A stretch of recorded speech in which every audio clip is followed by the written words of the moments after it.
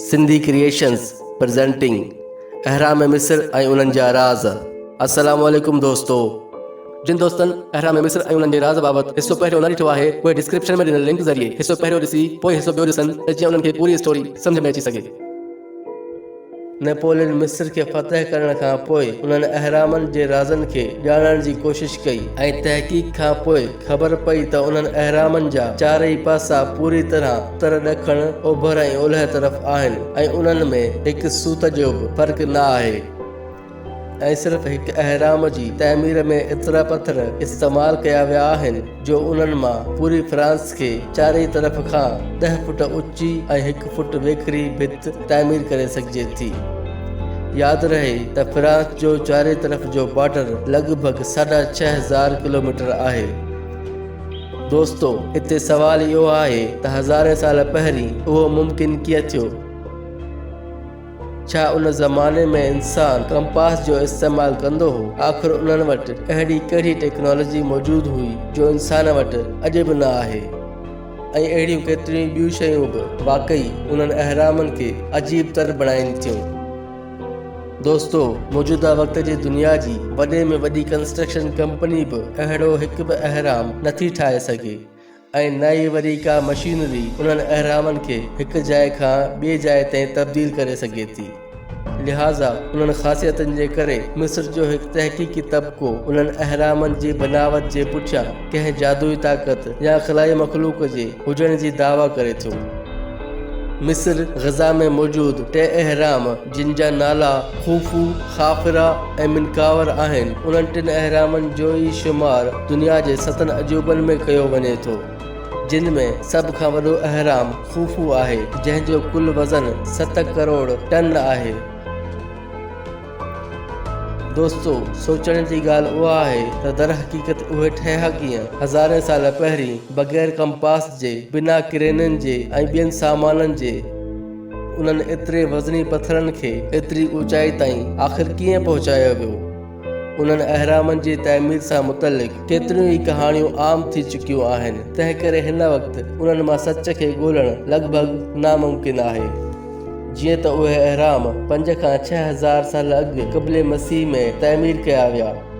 उन दौर में शायदि इंसानियत या उन ख़िते जा माण्हू तारीख़ लिखणु न ॼाणंदा हुआ।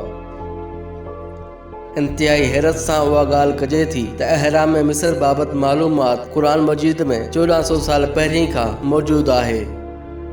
सूरह अल-क़सस आयत नंबर 38 में रब साईं फरमाइनि था त ए हामान, तूं मुंहिंजे लाइ मिटीअ खे बाहि में पचा, पोइ हिकु बुलंद इमारत ठहिरा त जीअं आउं उन ते चढ़ी मूसा जे रब खे ॾिसी सघां।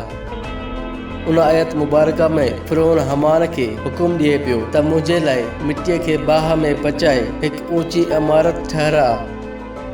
ऐं उन खां अलावा उन आयत में मिस्री तहज़ीब जी तर्ज़ तइमीर खे बि बयानु कयो वियो आहे त उहे इमारतूं बि मिटीअ खे बाहि में पचाए तयारु कयूं वयूं आहिनि। यानी जीअं असां अॼु मिटीअ जूं सिलूं ठाहे पठनि में पचाईंदा आहियूं, तीअं उन्हनि मिटीअ जे वॾनि ब्लाकनि खे तयारु करे बाहि में पचाए पथरीलो बणायो वियो।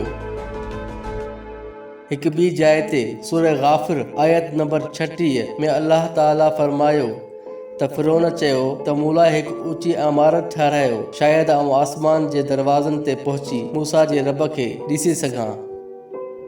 दोस्तो, मिस्र जी तारीख़ केतिरनि ई दौरनि ते मुश्तमिल आहे, जिन मां हर दौरे हुकूमत खे हिकु सल्तनत सां ताबीर कयो वञे थो। उन्हनि दौरे हुकूमत में चोथों दौरे हुकूमत तारीख़ मिस्र में निहायत ई ख़ासि अहमियत रखे थो, छो त उन दौर अंदरि ई उहे अहराम तइमीर कया विया। उन खां पहिरीं जो दौर उन फ़िरौन जो हो जेको हज़रत मूसा जे दौर में हो, जंहिं बाबति असां अमूमन इस्लामी रवायतुनि में काफ़ी कुझु ॿुधो आहे। उन फ़िरौन खे रामसेस II बि चयो वञे थो, जेको 1213 क़बले मसीह में पाणीअ में ॿुॾी ग़रक़ थियो हो। रामसेस II जो हिकु वज़ीर माहिर तामीर बि हो।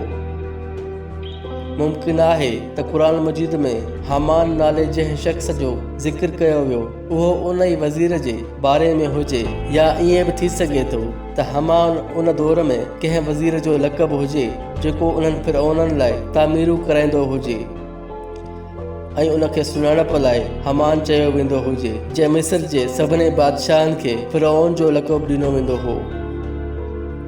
रामसस II हिकु नए शहर जी बुनियाद बि रखी जेको मौजूदा दौर जे कंतीर में काहिरा खां 60 मील जे फ़ासिले ते वाक़िअ आहे। उन जो कैपिटल ब्रामसस सॾियो वेंदो हो। उहो शहर बि बाद में तबाह थी वियो। उन शहर जी तबाहीअ बाबति क़ुरान में ज़िक्र कुझु इन तरह मौजूदु आहे। मफ़हूम फ़िरऔन जी क़ौम जेको कुझु ठाहियो असां उन खे तबाह व बर्बाद करे छॾियो ऐं उन्हनि जे वॾियुनि वॾियुनि इमारतुनि खे ज़ेर करे छॾियो। उन शहर जे तबाह थियण जो ज़िक्र क़ुरान मजूद में उन लाइ मौजूदु आहे त हज़रत मूसा अलैहिस्सलाम जे दौर जे फ़िरऔन यानी रामसस II खुदाईअ जी दावा कई हुई। उन लाइ रब साईं उन खे ग़रक़ करे उन जे तमामु तइमीरात खे तबाह व बर्बाद करे छॾियो। जॾहिं त उन खां पोइ अचण वारे फ़िरऔन यानी चौथे दौर वारे फ़िरऔन अहिड़ी का बि दावा न कई हुई। उन करे उन दौर में तामीर कयल उहे अहराम अञा ताईं महफ़ूज़ आहिनि ऐं दुनिया जे लाइ इबरत बणियल आहिनि। उमेद करियूं था त अव्हां खे असांजी हीअ महिनत ज़रूरु पसंदि ईंदी। वधीक अहिड़नि वीडियोज़ जे लाइ सिंधी क्रिएशन्स खे लाइक कंदा ऐं सब्सक्राइब कंदा। पर ही मालूमाती ऐं तारीख़ी वीडियो पंहिंजे दोस्तनि सां शेयर करणु बिल्कुलु न विसारींदा।